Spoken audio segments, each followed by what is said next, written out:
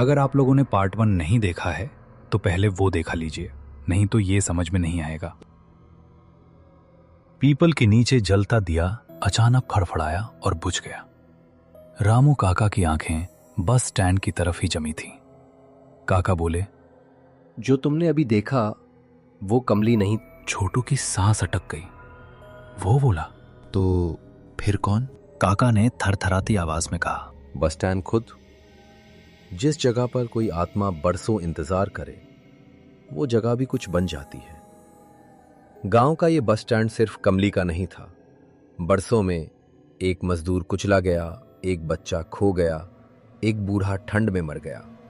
हर बार लाश हटी पर जगह नहीं रोई। वो सब काका ने जमीन की तरफ देखा। नीचे दबते गए। अमावस के तीसरे दिन मुझे फिर बुलावा आया। इस बार सपने में नहीं, रात के ठीक 12 बजे बस स्टैंड से आई। मैं अकेला गया। बस स्टैंड के पीछे के पीपल का पर था। मैं उसके पास गया। पीपल के नीचे की जमीन गीली थी, खुदी हुई, जैसे किसी ने अंदर से धक्का दिया हो। मैंने हाथ डाला, उंगलियां किसी चीज से टकराईं। कपड़ा सफेद।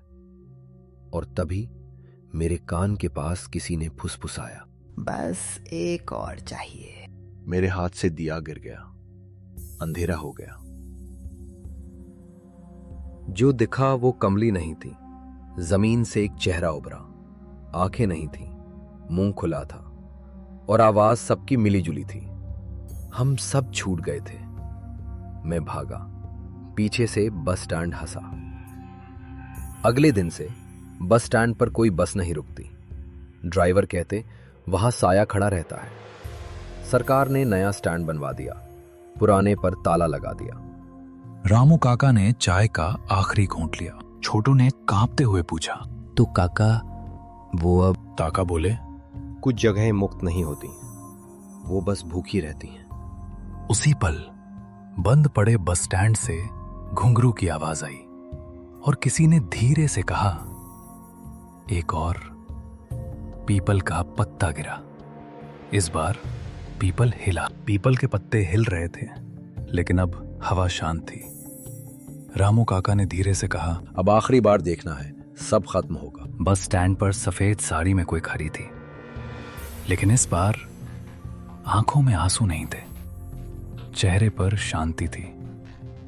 काका ने कहा, कमली अब जा सकती। धीरे धीरे कमली की परछाई हल्की होती गई और हवा में घुल गई। जमीन से हल्की सी धुंध उठी।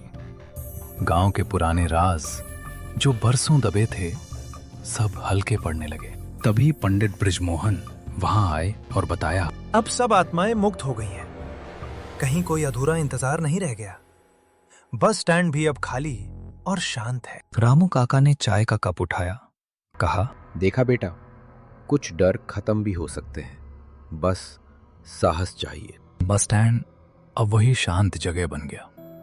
कोई साया नहीं, कोई फुसफुसाहट नहीं, बस और मुसाफिर, सिर्फ रियल। गांव वाले फिर से शाम की चाय पर इकट्ठा हुए। कुत्ते अब बिना वजह नहीं रोते और पीपल के पत्ते बस हवा में नाचते रहे।